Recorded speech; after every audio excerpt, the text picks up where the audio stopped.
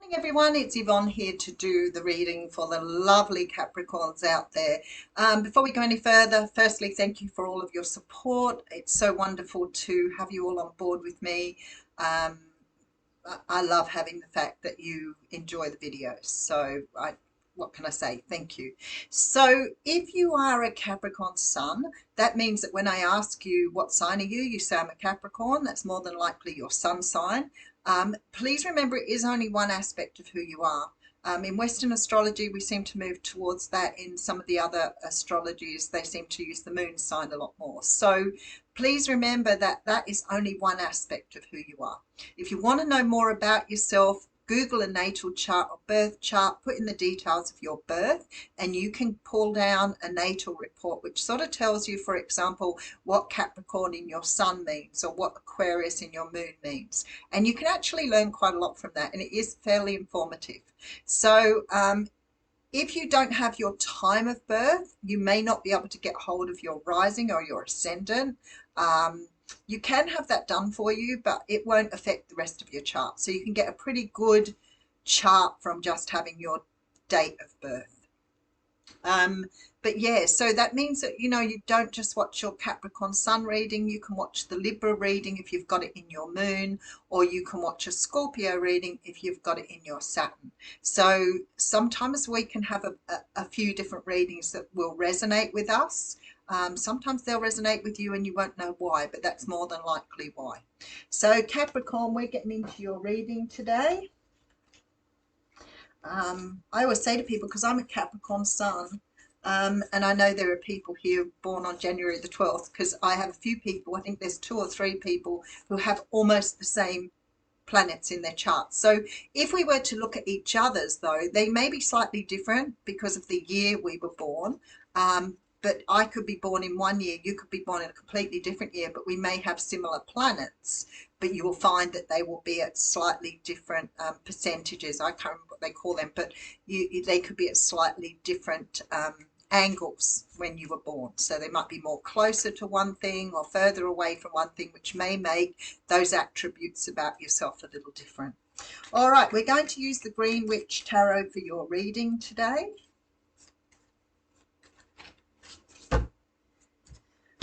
And we're starting out here with the beautiful Two of Wands.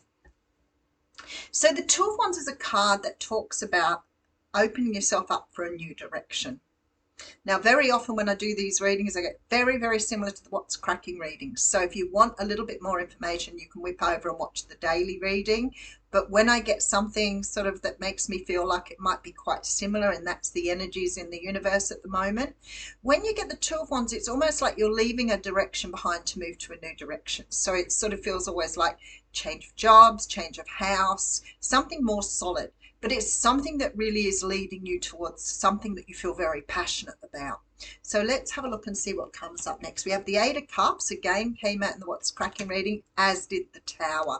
Now, those of you who've watched me for a long time, just to give you a little bit of an indication, I've probably been reading the tarot for more than 50 years. So it's crazy to think that when I pull out 5 decks, I can do a reading from 5 different decks and still get the same cards. And people will say that's so incredible. But really and truly, it's not.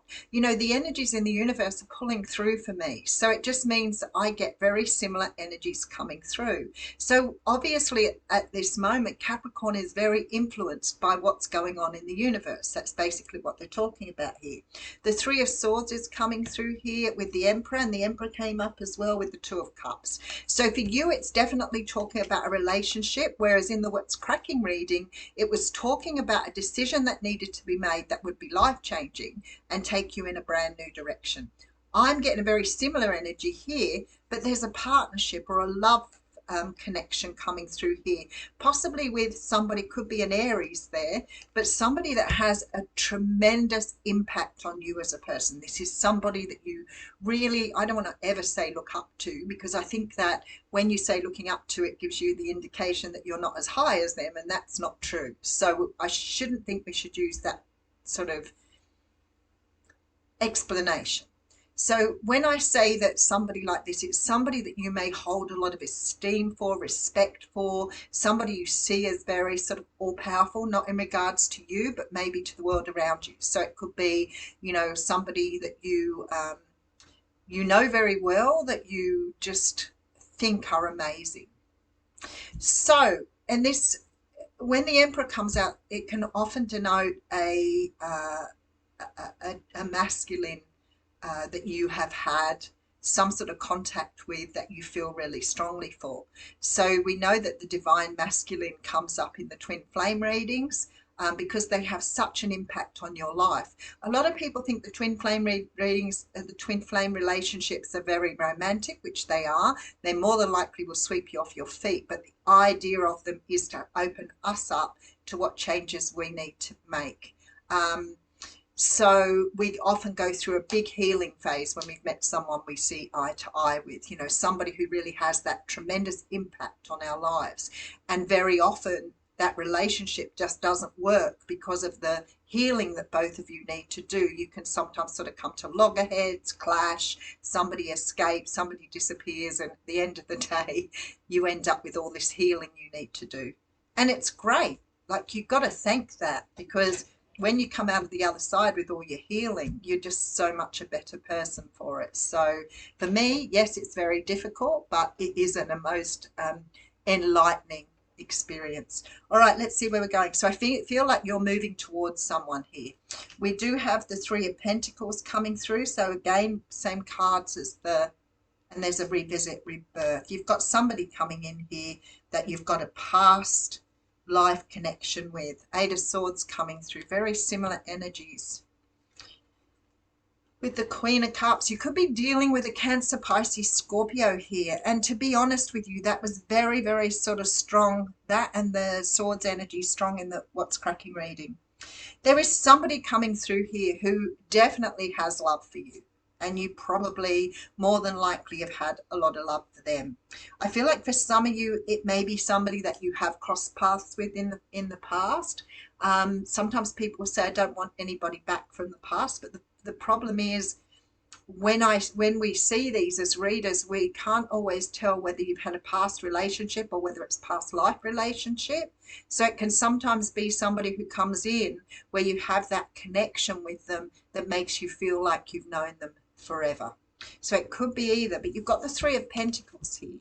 And what that says to me is there's somebody that you're meeting, bumping into on your path that sort of wants a second opportunity, but they could have had an opportunity in a past life where it didn't work out, and now the shoes are on the other foot. But definitely feeling here there's a rebirth of something, or maybe just the birth of something that you have wanted. But I feel like whoever this person is, you know them or you know of them. So it could be, for example, that you've really sort of crushing on someone that you have a really good connection with. Absolutely. They're definitely coming in for something. There they are with their Knight of Pentacles, the Six of Pentacles, and the Nine of Cups. There's a wish coming true here. But this is a relationship this time around that's going to serve you both. This person wants to invest in you. You want to invest back. The love is between you both. You have a really strong sort of connection to each other. But again, something has to change here in order for you to move forward on this. So I'll go a bit deeper. All right, I have the Seven of Cups in the same position it was in the What's Cracking reading, with the Seven of Pentacles and the Justice card. This to me absolutely is just karmic energy playing out here completely. So there's some sort of energy here of something being destined for you that you are getting an opportunity to revisit. Very interesting. Let's just have a look at this because I want to sort of whittle it down a bit. So I have the Two of Wands. So you're moving in a new direction. I feel like it's because you're meeting someone, but you're leaving something behind here. Now, it's very possible that what you're leaving behind, if you've been around with this person again, you could be very likely leaving the past behind. There's no good when you go into a relationship if you haven't done your healing, if you're going to keep raking up the past. If you're a person that rakes up the past, you have healing you need to do. Absolutely 100%. If you can't get the past out of your head, then you are really having an issue. The problem is learning what that means for you. So if you go into a relationship with somebody and it's been very poor in the past, you've got to be prepared to let go of the past in order to make a fresh start. Because if you're still holding on to the past, that fresh start can't happen, because you're still coming in with your bitterness or your anger or your dissatisfaction. And if you're going to keep throwing that in someone's face, then it's never going to work the next time around. So if you've had a relationship where it's broken down for whatever reason, and then later on in life you bump into that person and you decide you want to start up things again, then I would suggest at the very beginning you talk about the past and just get it out the way. We do have the Three of Swords coming through, so I do feel whoever this Emperor was, that they may have hurt you in the past, but I feel like they want to give this a go. Now, it could be that this person is not a love. It might be that they've been a friend that you broke the relationship with, or they walked away, but there was heartache here. So this is a time for really letting go of the pain of the past and trusting that this time around you can make it different, or you can make it more, especially with that Karma card. If you're still hanging on to the past, it just won't work again, because you're just rehashing stuff that needs to go. And we all change, despite the fact people say people don't change. They do. They really do.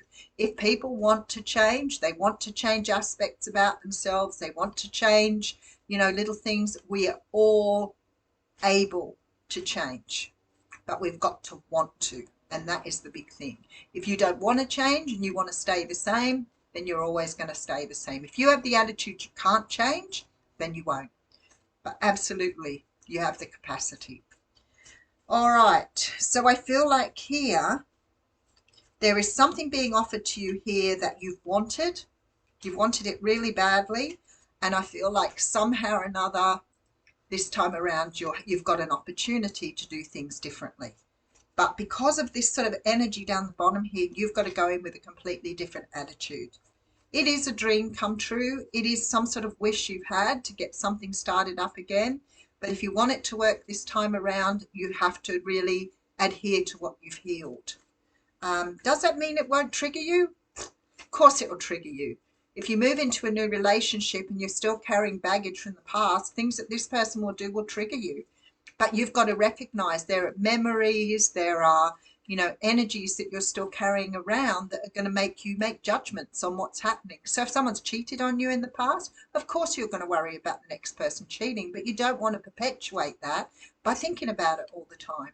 Because if you think about it all the time, this person's more than likely you're going to destine it to happen again. So you need to work out if you can trust yourself to deal with it if it happened again. That's what it comes down to. You can't control their behavior. I've seen people try to do it, locking them away, don't let them go out with their friends, make strict provisions on them and all this sort of thing. You can't control someone. Once you start putting all those things in place, they're not going to be happy with you anyway, and they're probably just going to get out of the relationship.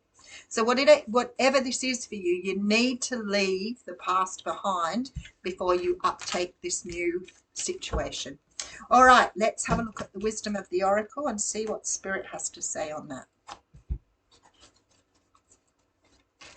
This has been the reading for the lovely sign of Capricorn, if you've tuned in halfway. If it's not, Capricorn isn't your sun sign, then check out, you might have Capricorn in some other aspect of your chart. And that card wants to come out, the Thinker. Oh, it's card 44, so that's for me too. I'll take the oracle card for that. The Thinker. Okay, this is about strategy, being analytical and logical, which is just what I'm talking about. Don't get sort of consumed by your emotions. Learn to see things for what they are. If this person hasn't done anything to indicate they would do the wrong thing, don't presume that they're going to, but don't try to control them just in case. So it says the ability to reason and strategize is the focus now. Take things at face value and follow the logical path. Your calculations will prove to be correct, for in this moment there is no deeper meaning than what is obvious. Things are exactly as they seem. You have all the information you need. Keep it simple and you'll win at the game of life you're playing right now.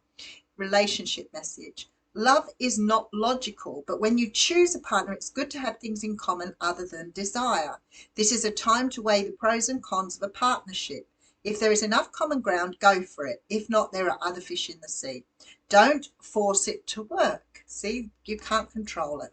And should others tell you who they are, take them at their word.